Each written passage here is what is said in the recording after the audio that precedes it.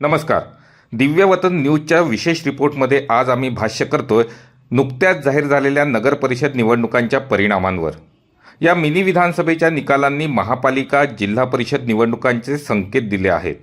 याचंच विश्लेषण आजच्या विशेष रिपोर्टमधून आम्ही करणार आहोत. महाराष्ट्रातील नगर परिषद आणि नगरपंचायत निवडणुकांचे निकाल जाहीर होताच राज्याच्या राजकारणात मोठी खळबळ उडाली आहे. भाजप प्रणित महायुतीने या निवडणुकांमध्ये घवघवीत यश मिळवत संपूर्ण राज्यावर आपलं वर्चस्व सिद्ध केलं आहे. 288 पैकी तब्बल 207 नगराध्यक्षपदांवर महायुतीनं विजय मिळवत विरोधकांना मोठा धक्का दिला आहे. या निकालांकडे केवळ स्थानिक स्वराज्य संस्थांच्या निवडणुकांचा निकाल म्हणून नव्हे, तर आगामी महापालिका आणि जिल्हा परिषद निवडणुकांचा ट्रेलर म्हणून बघितले जात आहे. भाजप, शिवसेना आणि राष्ट्रवादी काँग्रेस, अजित पवार गट या तिन्ही पक्षांनी मिळून महायुतीच्या झेंड्याखाली राज्यभर दमदार कामगिरी केली आहे. महाविकास आघाडीला केवळ 44 नगराध्यक्ष पदांवर समाधान मानावं लागलं. या निकालामुळे महायुतीला तळागाळापर्यंत संघटन मजबूत करण्याची मोठी संधी मिळणार असून आगामी निवडणुकांसाठी आत्मविश्वास वाढला आहे. महायुतीमध्ये भाजपनं सर्वाधिक 107 नगराध्यक्ष आणि सुमारे 3300 नगरसेवक निवडून आणत जवळपास 48% नगरसेवकांवर आपला दबदबा निर्माण केला आहे. मुख्यमंत्री देवेंद्र फडणवीस यांनी या निकालाला रेकॉर्ड ब्रेक संबोधत 2017च्या तुलनेत दुप्पट यश मिळाल्याचं सांगितलं आहे. विकासाभिमुख धोरण, सुशासन आणि इन्फ्रास्ट्रक्चरवर दिलेला भर यामुळेच हा कौल मिळाल्याचा दावा सत्ताधाऱ्यांकडून करण्यात आला आहे.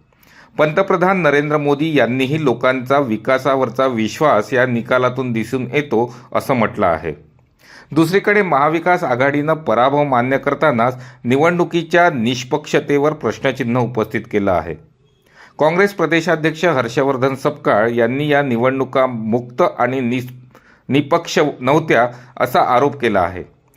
उद्धव ठाकरे गटाच्या शिवसेनेनं धनशक्ती आणि EVM घोटाळ्याचा आरोप करत सत्ताधाऱ्यांवर टीका केली आहे.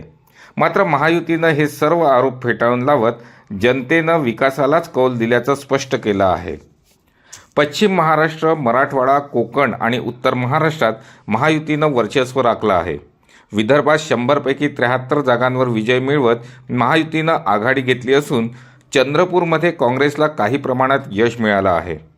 पुणे आणि बारामती परिसरात अजित पवार यांच्या राष्ट्रवादीनं दबदबा कायम राखत शरद पवार गटाला मोठा धक्का दिला आहे. पुण्यातील जवळपास 10 नगराध्यक्ष अजित पवार गटाचे निवडून येणं ही महत्त्वाची राजकीय घडामोड मानली जात आहे. मुंबई, पुणे, ठाणे आणि नागपूरसारख्या महत्त्वाच्या महापालिका निवडणुकांच्या पार्श्वभूमीवर हा निकाल महायुतीसाठी संजीवनी ठरणारा आहे. स्थानिक स्वराज्य संस्थांच्या निवडणुकांकडे मिनी विधानसभा म्हणून पाहिलं जात असल्यानं या निकालांनी आगामी राजकीय समीकरणे स्पष्ट संकेत देणारी ठरली आहेत. आता या कौलाचा प्रभाव महापालिका आणि जिल्हा परिषद निवडणुकात किती दिसून येतो याकडे संपूर्ण राज्याचं लक्ष लागलं आहे. आजचा खास रिपोर्ट कसा वाटला? प्रतिक्रिया कमेंट्समध्ये अवश्य द्या. व्हिडिओ लाईक करा, शेअर करा आणि दिव्यवतन न्यूज चॅनलला सबस्क्राईब करा. धन्यवाद.